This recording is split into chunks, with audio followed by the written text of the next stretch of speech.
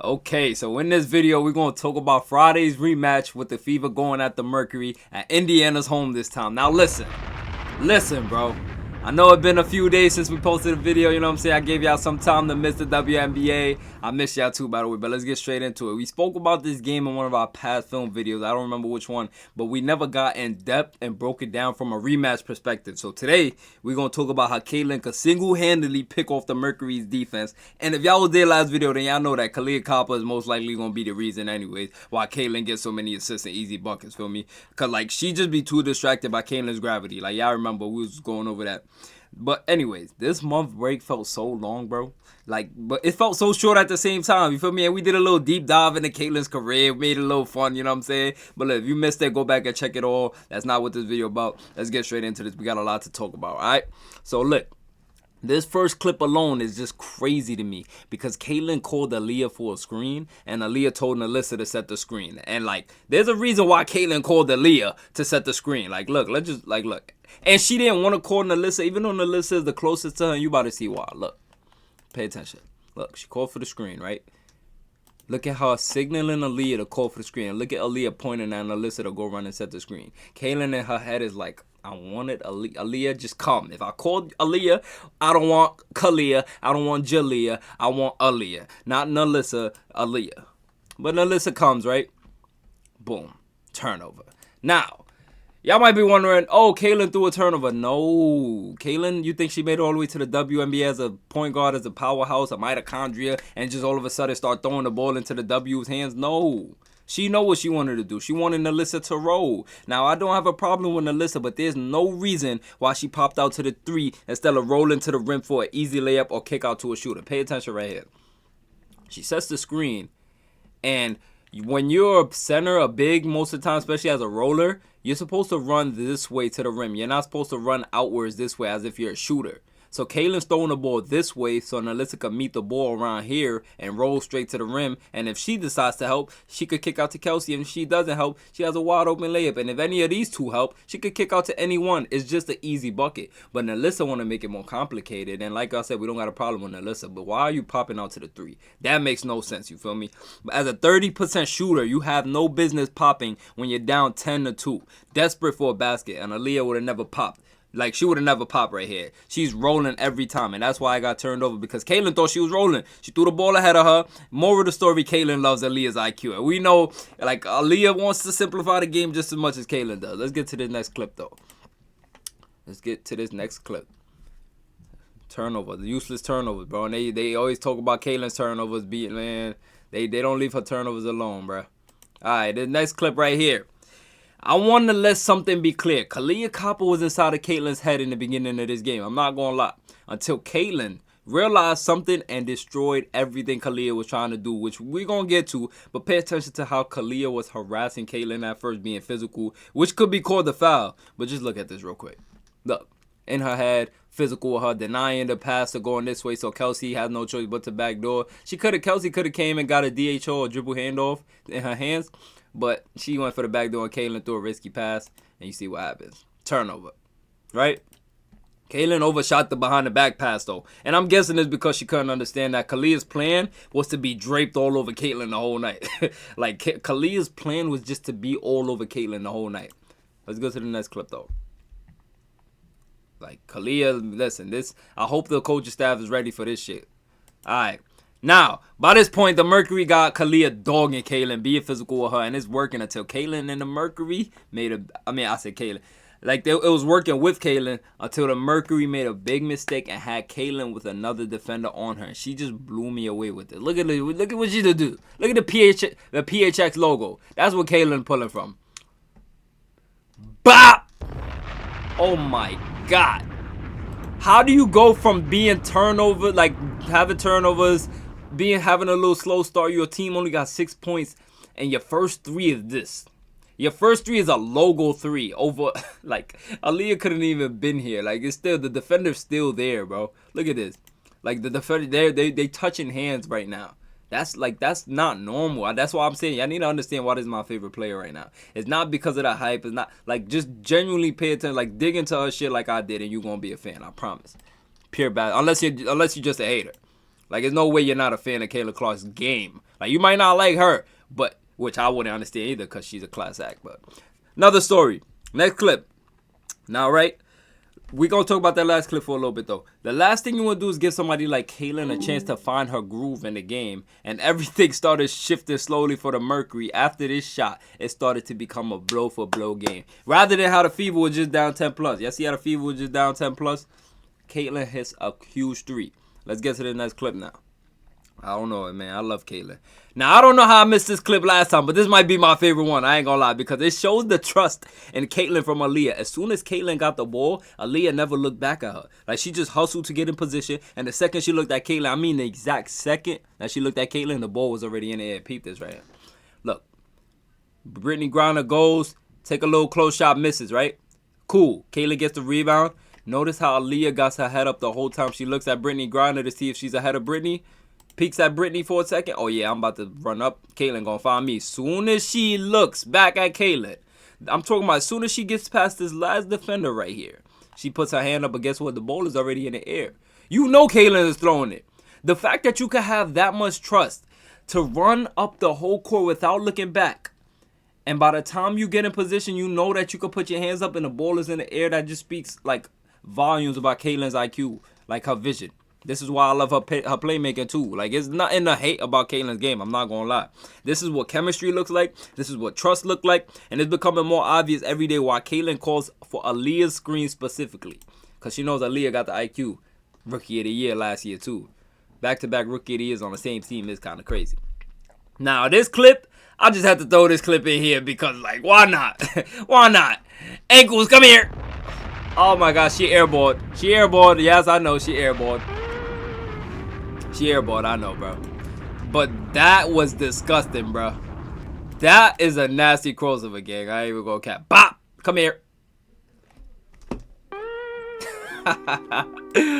She had her head down like, damn, I should have finished that clip. All right, let's move on, though. Now, I remember the play where Caitlyn turned it over because Nalissa didn't roll to the rim, right? This is what should have happened if Aaliyah set the screen. Look. This is what should have happened.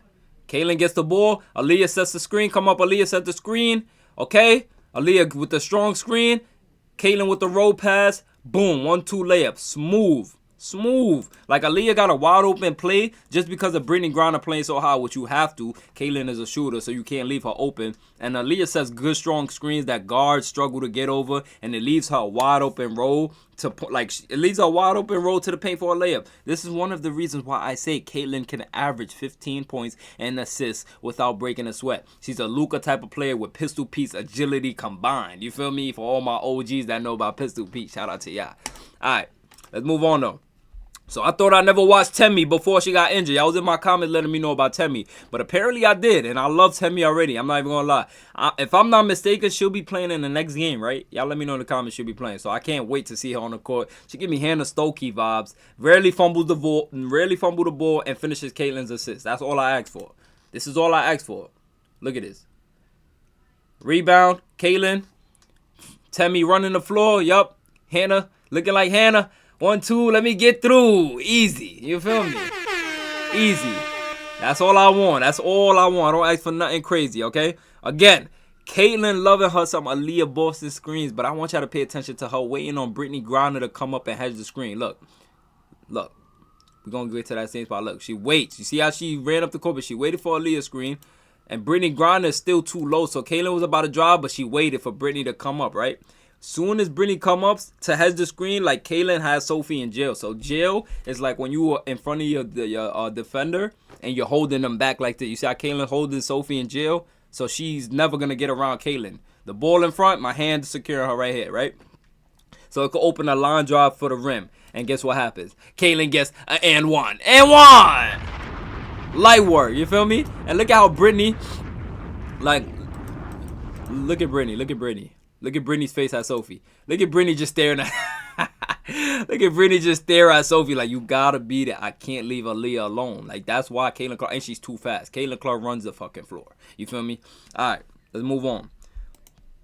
Let's move on. This is how comfortable Caitlyn is with Aaliyah rebounding for her. Caitlyn got Brittany Griner switched onto her with just her speed dribbling across the court. And look what happened when she gets the switch off. Look, just her speed, no screen, nothing. Once Caitlin Clark got the switch off, she runs out and shoots her three. Because who's going to get it if she misses? Y'all know who. Aaliyah Boston himself. Give me that. Give me that. Katie for three, misses. But look, though. Aaliyah Boston, that's like, we know that she could rebound crazy, right? But although Kaylin and Katie Lou missed the threes, don't lose sight that they had 2 opportunities to make 2 3-point shots. Just because of Kaylin trusting Aaliyah to crash the boards. The IQ is there. I see it. I know y'all see it too. All right, this clip right here, right? I think this is where Kaylin drew the line for Kalia's like greediness when it came to her, if I'm not mistaken, right? Yeah. This is where she drew the line. You look at Kalia draped all over her, making Kaylin fall on the ground. Like, she's just being physical with Kaylin all right? Now, listen. Me personally, I feel like going into the halftime, I bet the coaching staff realized Kalia's always overplaying her part, and we're playing right into her hands, and that's why the Fever won this game despite being down this much. Look, they had to figure out what's going on. Like, why is everything we trying not working? It's because Kalia's being over greedy. And I love Kalia, by the way, but you know what I'm saying? What's the 4-letter word that Kaylin has that the W doesn't have? A little quiz, right? Pace. Y'all remember we always talk about her pace, right? Watch how Kaylin uses her fast-ass pace to get Kelsey the ball. And Kelsey deserves credit for getting into the spot fast, too. Look at this. Kaylin just running the floor. They need momentum. Look at Kelsey's quick switch. Boom, right? All right. Kelsey deserves credit for that. Like, she got into that spot fast. But we all know, if it wasn't Kaylin with the ball, Kelsey would have never hustled up the court this fast. Never. Y'all know that.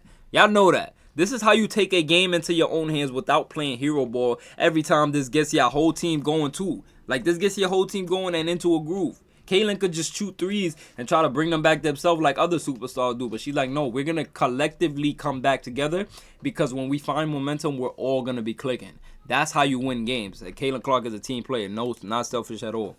Right? Now they're down 8, if I'm not mistaken. Yeah, 8, right? They're down 8 after being down for the whole game. It finally feels like Phoenix is slowing down and the Fever is gaining confidence. And this is the Caitlin Clark effect, ladies and gentlemen. This right here is the Caitlin Clark effect. What you about to see. Look at this right here. Down 8. Aaliyah screen. Overdose. And that was a foul too. That is a foul too. And look, this is how you take the game into your own hands without playing hero ball. Like we just said. Like a 5-point game now, but with the momentum on the Fever side right now. They're playing like they're up 5, trying to keep the game out of reach. This is how hungry the Fever is. And listen, when I looked at their record at first, I was like, the Fever being 7-12, like they lost a lot of games. They lost they was on a losing streak in the beginning of the season, and they came back crazy. So the fact that they're making a playoff push is getting crazy. I mean, they found something. Watch out for the Fever. All right, well, let's talk about the next clip though, right? Don't mind my little sister, by the way. She just woke up, you know what I'm saying? Anyways, we still using the word pace, and a prime example is in this clip. Phoenix scored a bucket, I think, at 5:35, right? Look at this right here. They scored a bucket at 5:35, and Kaylin responded with an assist in just 7 seconds, giving Steve Nash 7 seconds or less Suns vibes for all my OG Suns fans who know about that squad. That's what Kaylin is doing, shutting down all chances of hope and confidence that sparked the timeout ASAP. Look at this right here. Look, running the floor. She found her, layup, momentum. Down 5. More like all the momentum is on them, and they called the timeout if I'm not mistaken right there, right? Now listen, this was a third quarter breakdown. Like they just beat them down from the Fever. The Fever beat the Mercury down, and if they could play the way they did in this third quarter for the rest of the season, it's gonna look real scary come playoff time. Look at the pace that they playing when they all bought in. Just look at this. Look at this. Nalissa to Kaylin. Kaylin's looking up, trying to run the floor. Sees Aaliyah. 1-2. Let me get through. Easy work. You feel me? 1-point game. 1-point game. Now listen, what's one of our favorite sayings on about Kaylin on here? Kaylin attacks, defenses collapse. All right, now look. Kaylin attacks, defenses collapsed. Kelsey wide open for the 3, bombs away. Boom. Oh my God. Gotta love it, bro. Gotta love it. Now listen, man.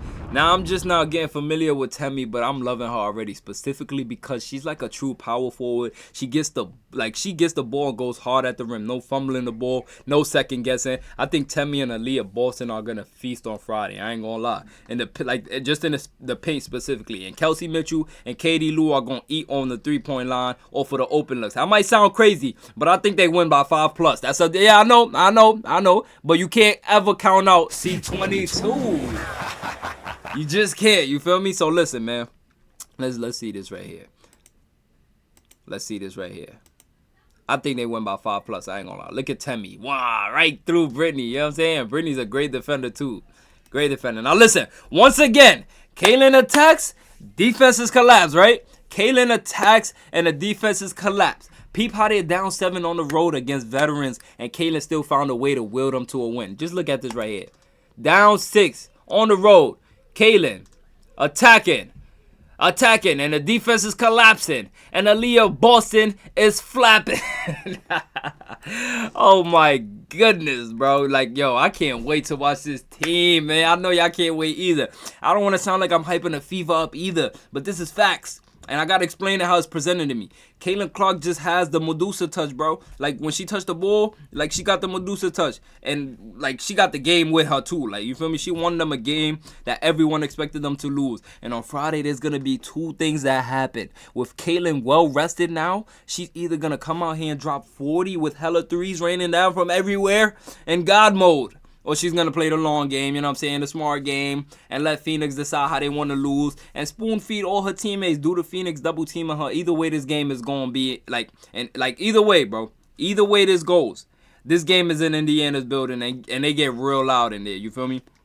About Kaylin specifically. So I think we went over everything we're supposed to. Y'all let me know your opinions. And if you haven't already, I don't know why y'all didn't hit that like button. Destroy that like button right now. Like, smash it.